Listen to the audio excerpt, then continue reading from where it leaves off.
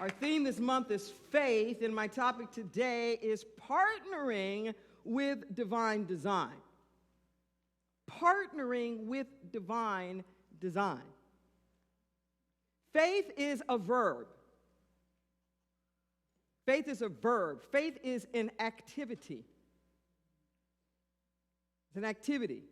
It's not a noun. It's not something to chase after. It's not something out there. It is an activity, and the activity of faith is you. Faith isn't something out there to get. Faith is something you be. Faith is something to do. Faith is something to have expressed through you. You can't get faith. You can only be faith. Listen to what I'm saying. You can't get faith. Do I have any witnesses in the house? You can't get it because it's nowhere to be gotten.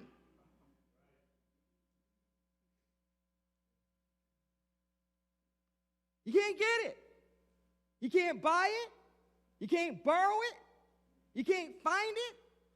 You can't go in a laboratory and create it.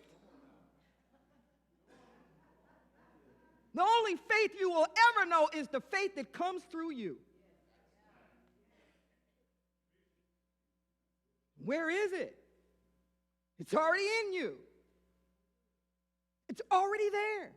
All of the spiritual qualities are already in you. Our charge is just to make it come to life.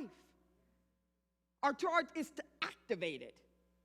Our charge is to see it, to believe it, to so identify with it that we become it. See? Too many of us, I want to be over here, tired, weary, and worn, and God, give me some faith. Like ice cream on top of my mud pie. Faith's not a topping. It's not a coating.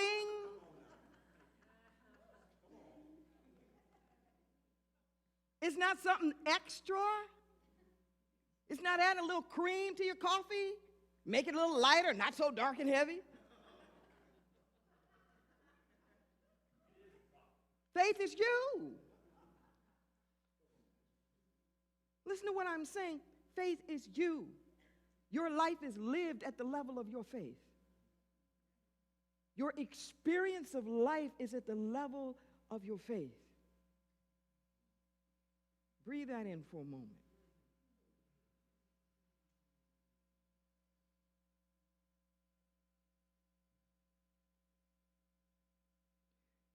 So my spirit definitions define faith. It says it's that place where your intent partners, where your intent partners with my divine design. Your intent partners. Now, intent is not a goal. Intent is not an outer objective that you're trying to reach. I love the way that these same spirit definitions define intent. Make sure I get it absolutely right. I think I got it, but I don't want to mess this up. See, in these formulas, there's something you bring to the table.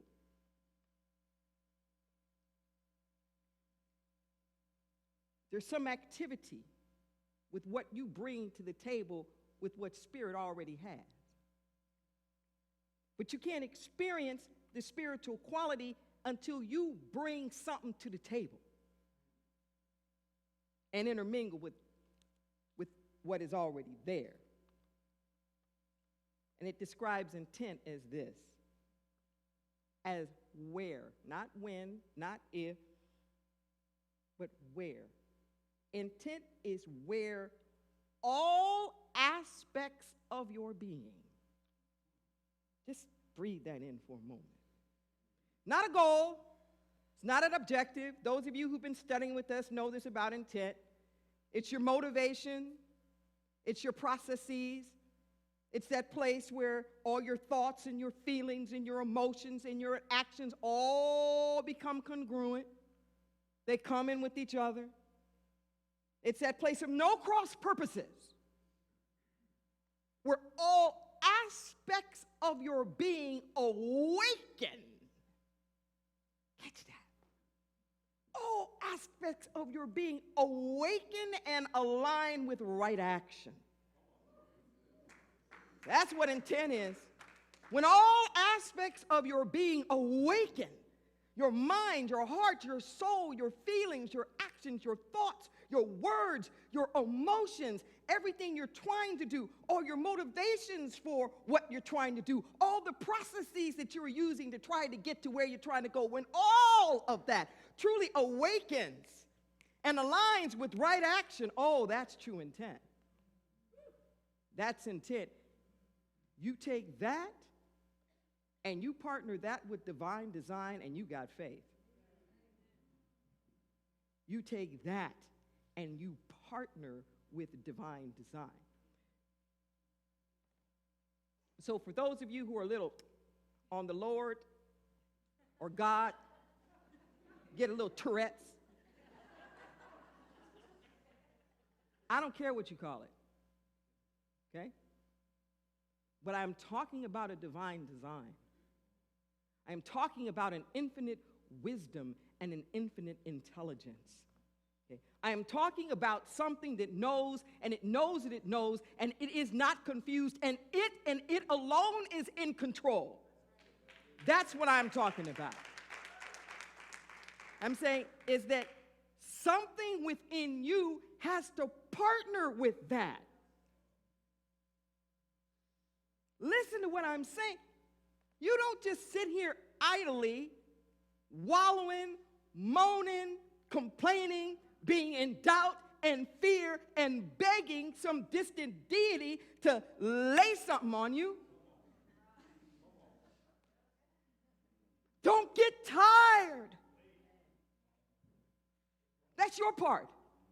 Don't get weary. That's your part. Be encouraged. That's your part. That's your part. Are you with me? Is it the divine design is there, but you won't know it. You won't feel it. You won't sense it unless you partner with it, unless you affirm it, unless you believe it, unless you start to increase the frequency of your own inner vibration to match it. Faith isn't bringing God into your desolate situation. It's you rising up to divine frequency. Faith's not dragging God into your stuff. It's you lifting up out of it and moving to a place of transcendence where you can resonate with something. See, this is what faith is about. Faith isn't about you knowing any particular thing. It's an inner feeling. It is an awareness. Something within you that's already there. Something within you that says, I am more than this. I am more than this. We sometimes talk about monkey mind, yes? And we think of monkey mind as just the negative chit-chat, yes? And we can feel this kind of push and pull within us, yes? Okay. But it's a push and a pull. Listen, it's a push and a pull. That monkey mind isn't just the negative stuff pushing you.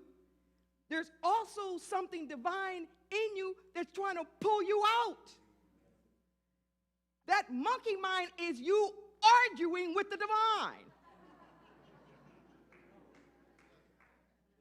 There's something that's trying to tell you there's more than this. Nah, what you talking about? There's something that says, this won't last forever. Well, it sure feels like it's lasting forever. There's something that says, there's a way out. No, there ain't no way out. Shut up. Who needs to shut up? We're busy squatching off the...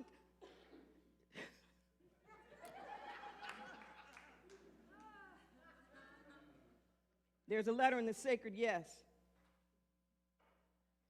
that talks about some things that sometimes church institutions do. It said that you need to mirror back to people the truth of their divinity. It said you put funhouse mirrors in front of them. No, funhouse mirrors distort things. It says, and that's what you're doing. You're taking one little aspect of them and blowing it way out of proportion.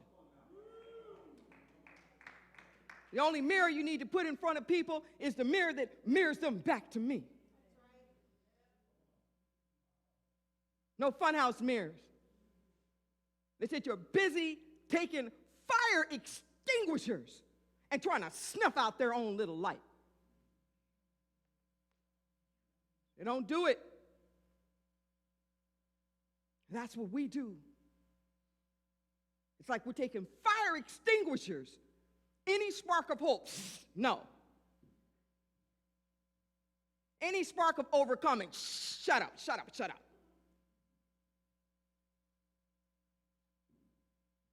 I am more than this.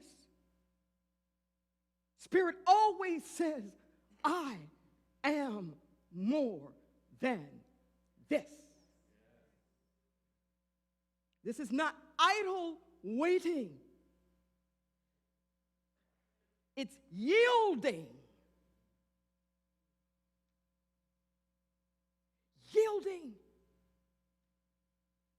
So we in California drive a lot. Automobiles. We don't have a lot of good public transportation in the state of California. So you know, when you're driving, particularly on what we call freeways, some people call them highways, when you're merging on, you yield.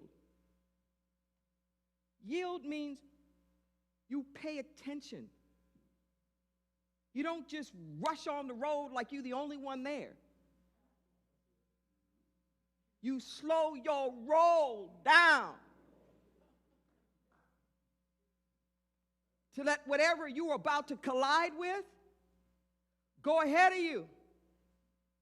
We keep colliding with God. We keep colliding with Spirit. Slow your roll down. Yield. Let the Spirit of the Lord go before you. Let the Spirit of divine order go before you. You synchronize. This waiting is timing. It's timing. You gotta be still. Be still. It says in the Psalms, be still and know. This no is not an intellectual no, it's the experiential no. It's a relational no. It actually means to consummate. And he knew her in a biblical way. Because once you have that kind of knowledge of each other, a relationship is built. A relationship is built. That kind of intimacy creates a relationship. This waiting becomes a synchronization. There's a song of Byers Beckwith, Ricky Byers Beckwith and Michael Beckwith. And it's Walk in the Love of God. It's one of their oldies but goodies. And there's a song in there that says, I won't move until I know I walk in the love of God. I don't know about you, but sometimes I just have to sit myself down. I mean, literally, sit down. Don't get on the computer. Don't call anybody. Sit on my hands. Sometimes I got to do that through the night for hours. All of us have our little drug of choice, whatever that is, or that little escape stuff. Yes?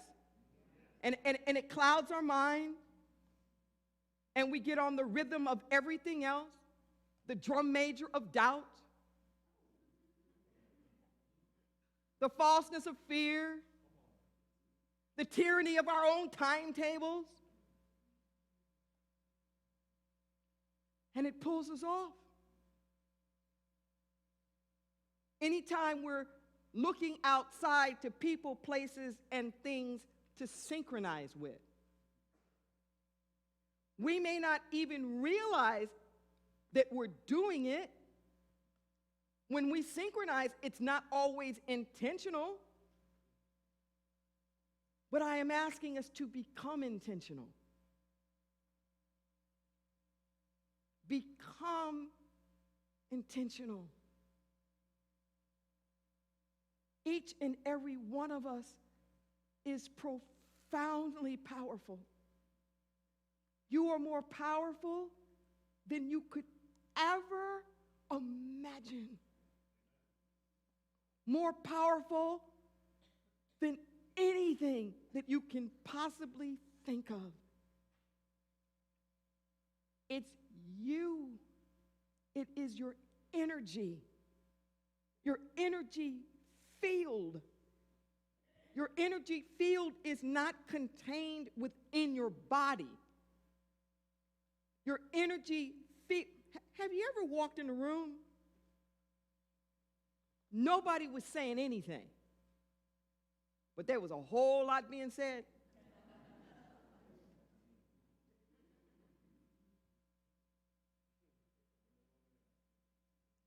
There's a line in the movie The Help, not the movie The Help, the book and the CD. I think that's one of the most brilliant things I've ever heard in my life. It's long, it's about 16 CDs, but oh my God, it is mwah. I want to do a training around it. And there's this one line in there. And one of the characters, Aibileen, is talking about the white woman she works for. And she says, in this song, she said, ain't nobody saying a word, and we managing to have ourselves a whole conversation.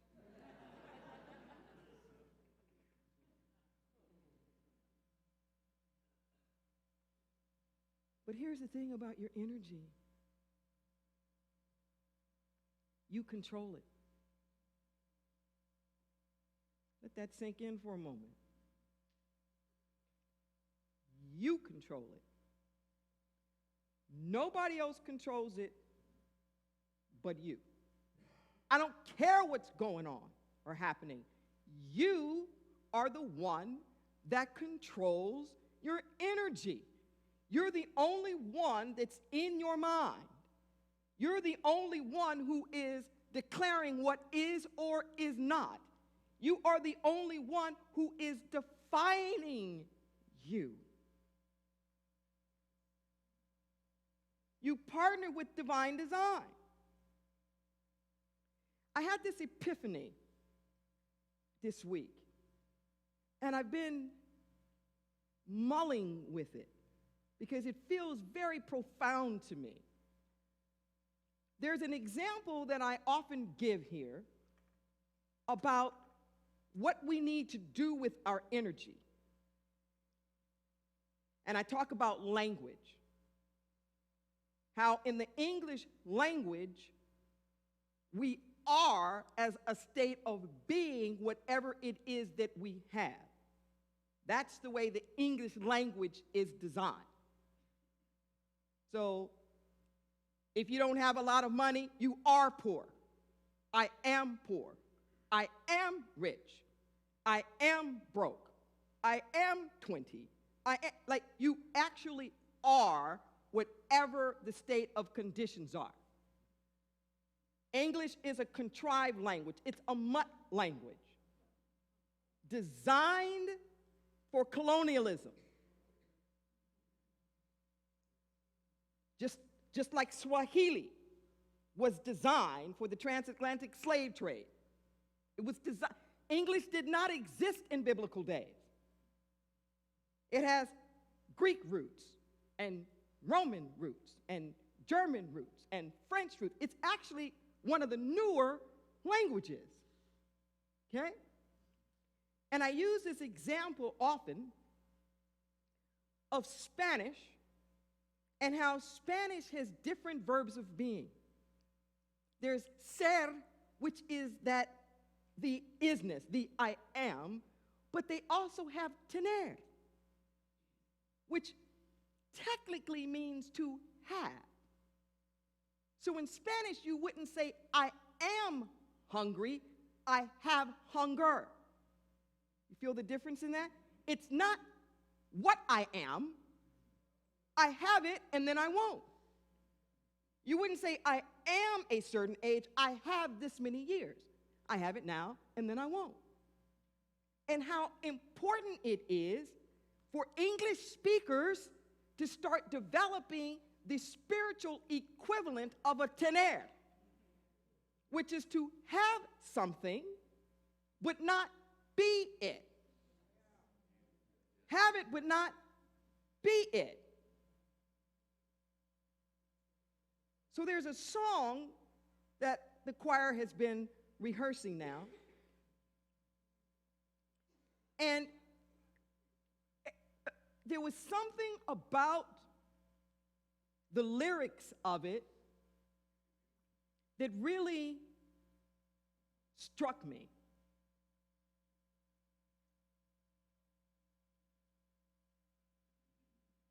Can you just come here for a second and just do the chorus of Steal Away, David? Just, steal away, steal away. Just that phrasing. Steal away, steal away, steal away, steal away home, steal away, steal away. I haven't got long to stay here. Okay, thank you. Steal away home. I haven't got long to stay here. And this epiphany came to me a couple of days ago that the slaves developed tener. The slaves developed this very thing that I'm talking about, where it allowed them to be in it, but not of it. It allowed them to be in the slavery without thinking of themselves as slaves, where they could see themselves as free people unjustly enslaved. Do you feel the difference in that? Okay. Steal away home. There's someplace else. I haven't got long to stay here. I don't have to be in this condition long. I don't care whatever this thing is. Whatever you're going through right now, something within you needs to say, steal away home. Steal away to your true identity. Steal away to who you really are on the inside, because you don't have long to stay here. In that circumstance, in that condition, you don't have long to be in it, for this too shall pass. This too shall pass. There's a Sufi story about a king who asks his magic people to create something that simultaneously will make him feel very happy and very sad. After they thought about it, they created this ring that he could put on his finger, and inscribed within the ring it said, "This too shall pass."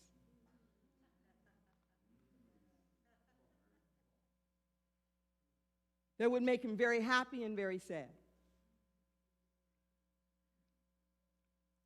Because every circumstance, every condition is going to pass. Nothing lasts forever.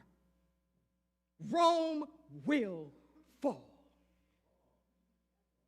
Nothing lasts forever. I've been talking about us as individual people.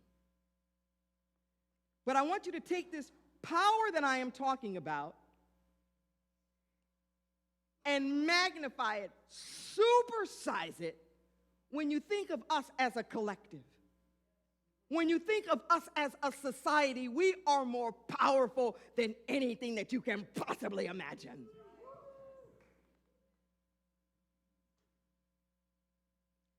The slaves weren't whining and crying about the government. Now, I am not saying that we should not be deeply, deeply concerned. All I am saying is that they were not looking for outside stuff. They hadn't elected somebody that's going to free them. They hadn't had the experience of freedom, but they knew divine design. They knew divine design. They knew that it was against nature itself that some people own other people. That it was just against nature itself that life should be so restricted and constricted. You got to know this about you. Whatever slavery that you think that you are in, you got to know deep within your heart that ain't divine design. That nothing in the universe has constricted a world that has condemned you to some circumstance where you're going to rot. I don't care what it is. I don't care. Can I tell you how much I care? I'm not saying that I'm insensitive. What I am saying is that whatever you think is that big, it ain't that big. I am telling you what I know. On Thursday, we're going back to Pleasant Valley State Prison, and we're graduating another 50 men.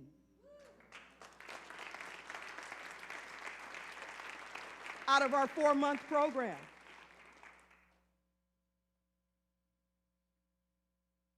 I've been doing this 17 years now. I am sure of what I am talking about. In fact, I learned what power and freedom is from lifers. That's where I learned it. About possibility and what anything can happen if you dare to believe. We started out this program, we first started this program maybe 12 years ago with 12 guys, all lifers. Never thought they'd ever get out. And that's part of what impressed me, is they wanted to create this program for men who were going to get out, even when they thought they weren't. So no, we're in. They just wanted us to come and sit by the side. They just needed a sponsor. Said, oh, no, we're going to do this with you. And as far as I can tell, because they've all been scattered, all the ones that I know of are out and free and doing well. I'm talking jobs, girlfriends, wives. Kaylin, who's been here a couple of times, 2 months. Russ and I are going to go down to watch him get his master's degree. I am telling you, I don't care what's happened. I don't care whether you've been enslaved, whether you've been in the Holocaust. I don't care. Joy is always possible. Peace is always possible. There's a new book out. I haven't seen it yet, but Doug Abrams here in town authored it. Dr. Rachel Abrams' husband. He's very close to Desmond Tutu. And Desmond Tutu and the Dalai Lama have come out now with this book together. And just looking at the two of them makes me delight. An Episcopal priest and a Buddhist monk. There's a twinkle, isn't there? There's a delight. Why? Because they know what I'm talking about. Because they know what I'm talking about. The faith that you're looking for is you. It's within you. It's never too late. I don't care what's going on. I don't care who's in office. This too shall pass. I don't care what's going on in your home. This too shall pass. It'll pass. And you get to create by your energy. You get to turn it around. Dare to stand in front of the mirror naked. Say, I am more than this. Beckwith says, don't tell God about your big problems. Tell your problems about your big God.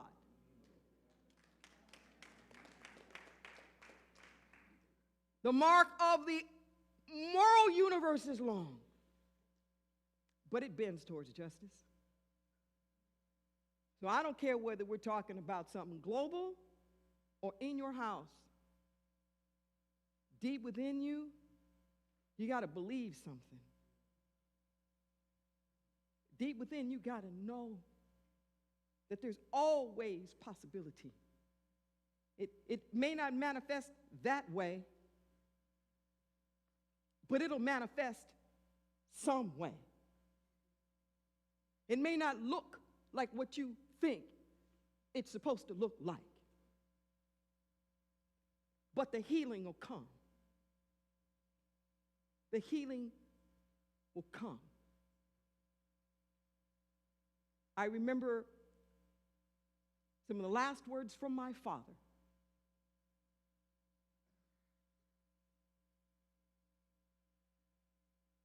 And Val had come to say her goodbyes to him, my ex-wife. And he said to her, well, you know, and he started with this litany of things. He said, I can hardly hear anymore, and I can't see. He'd become a total invalid by this point in time.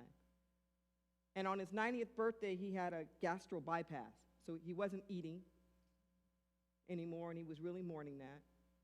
And he was going through all these things, and he looked at her, and he said, but I'm happy.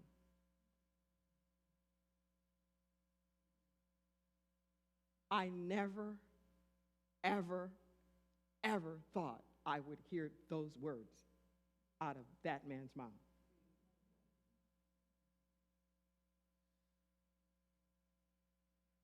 That was it.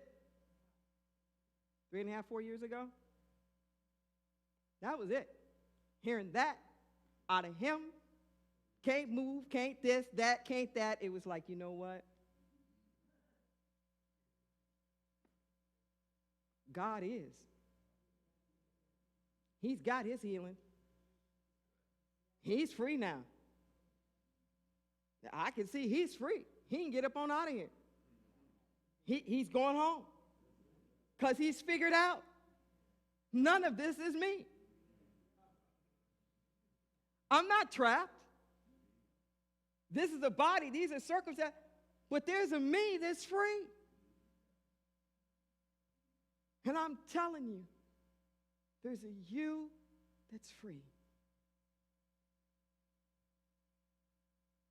It doesn't matter how much I tell you about it. You won't know it till you claim it. Are you willing to be free? Yes. It's yours for the asking. Let's pray.